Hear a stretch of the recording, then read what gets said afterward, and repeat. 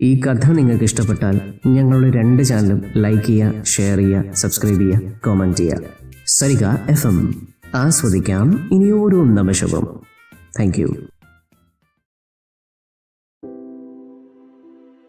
40 കഴിഞ്ഞ വയസ്സിലൊരു വിവാഹമോ? കേട്ടപാടെ കെട്ടിച്ചുവിട്ട അനിയത്തിമാരുടെ മുഖം ചൊറിയുന്നത് ഞാൻ കണ്ടിരുന്നു. അനിയന് മാത്രം സന്തോഷമായിരുന്നു. കാരണം അവന് കെട്ടാനാവാത്തതിൻ്റെ പരാതികൾ കുറച്ചൊന്നുമായിരുന്നില്ല അവൻ എന്നോട് പറഞ്ഞിട്ടുള്ളത്.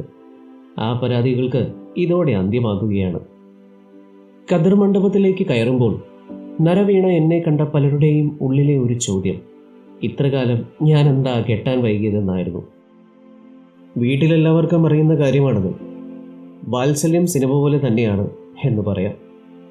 അച്ഛൻ നിസ്സഹായ അവസ്ഥയിലാക്കി കിടപ്പിലായപ്പോൾ, അച്ഛൻ്റെ തിരിച്ചുവരവുകൾ കാത്തു നിന്നപ്പോൾ, കെട്ടിക്കേണ്ട പെങ്ങന്മാർ വീട്ടിൽ പുരനിറഞ്ഞു നിന്നപ്പോൾ, അവരെയെല്ലാം കെട്ടിച്ചു വിട്ടിട്ടേ കെട്ടു എന്നൊരു തീരുമാനം പല ഏട്ടന്മാരെ പോലെ ഞാനും എടുത്തിരുന്നു.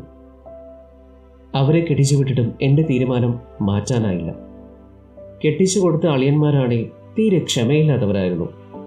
ഒന്നിനു പുറകെ ഒന്നായി പെങ്ങന്മാരുടെ പ്രസവങ്ങൾക്കായി വീട് സാക്ഷ്യം വഹിച്ചുകൊണ്ടിരുന്നു.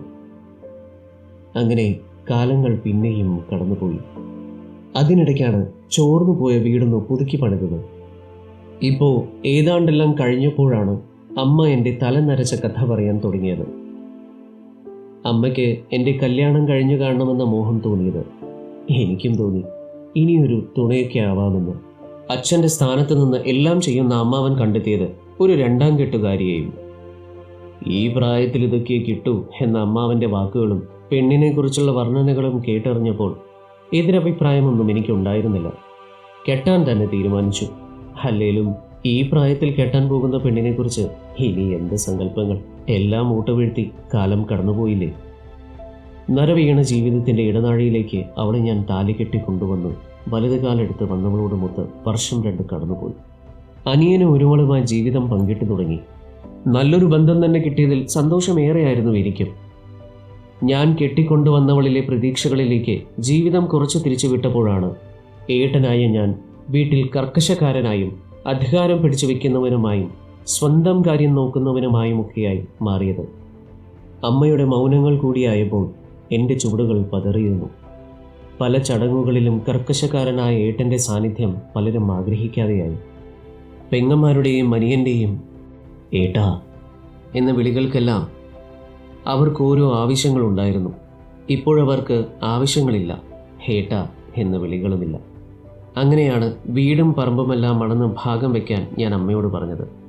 എല്ലാവർക്കും സമാസമം വീതിച്ച് അമ്മ നീതി കാണിക്കാൻ ശ്രമിച്ചെങ്കിലും മുൻഭാഗത്തുള്ള സ്ഥലത്തിനു വേണ്ടി അളിയന്മാരും പെങ്ങന്മാരും അമ്മയോട് കയർത്ത് സംസാരിച്ചു. അത് കണ്ടപാടെ എൻ്റെ നിയന്ത്രണം വിട്ടതാണ്. എന്നാലും ഞാൻ സംയമനം പാലിച്ചു. അങ്ങനെയാണ് എതിരഭിപ്രായം എനിക്കുണ്ടാവില്ല എന്നറിഞ്ഞതും അമ്മ വീടിന് പുറകുവശത്തുള്ള സ്ഥലം എൻ്റെ പേരിൽ എഴുതി നൽകിയതും. അനിയന് നാട്ടു നടപ്പ് പോലെ തറവാട് വീടും സ്ഥലവും നൽകി. ഒരു പരാതിയില്ലാതെ പേരിലാക്കി കിട്ടിയ സ്ഥലത്ത് കെട്ടിയവളുടെ ഉള്ളതരി പൊന്നും വിറ്റും ലോണെടുത്തും ഒരു വീട് പണിതു. ഇന്ന് വീട് മാറ്റമാണ്. തറവാട്ടുമുറ്റത്ത് ഞാൻ ഒഴുക്കിയ വിയർപ്പുകൾ ആരോടും പറയാതെ ഞാൻ അപ്പോഴും സൂക്ഷിച്ചിരുന്നു. എൻ്റെ യൗവനം, എൻ്റെ സ്വപ്നങ്ങൾ, എൻ്റെ പാതി ജീവിതം, ഞാൻ ബലിയർപ്പിച്ചതെല്ലാം തറവാട്ടിൽ വീട്ടിൽ നിന്ന് എത്ര നിമിഷം കൊണ്ടാണ് പെങ്ങന്മാരും അനിയനും എല്ലാവരും പറിച്ചെറിഞ്ഞത് അല്ലേ? പാല് കാച്ചി വീട്ടിലേക്ക് കയറുമ്പോൾ എൻ്റെ മാത്രം സ്വപ്നങ്ങളുടെ ഭാരച്ചുമട് എൻ്റെ തോളിലുണ്ടായിരുന്നു. കൂടെ കൈകോർത്ത് പരാതിയില്ലാതെ കണ്ണുകൾ നിറഞ്ഞ ഒരു പെണ്ണും. 40ാം വയസ്സിലെ സമ്പാദ്യമായി കിട്ടിയവളിൽ ഞാൻ എൻ്റെ സങ്കടമെല്ലാം ഇറക്കി വെച്ചു. അവളിൽ നിന്ന് മാത്രമാണ് ഒന്നും പ്രതീക്ഷിക്കാതെയുള്ള ഏട്ടാ എന്ന വിളി എനിക്കിപ്പോൾ കേൾക്കാനാകുന്നത്. ഈ കഥ നിങ്ങൾക്ക് ഇഷ്ടപ്പെട്ടാൽ ഞങ്ങളുടെ 2 ചാനലും ലൈക്ക് ചെയ്യുക, ഷെയർ ചെയ്യുക, സബ്സ്ക്രൈബ് ചെയ്യുക, കമൻറ്റ് ചെയ്യുക. സരിക FM, ആസ്വദിക്കാം ഇനിയോരോ നിമിഷവും. Thank you.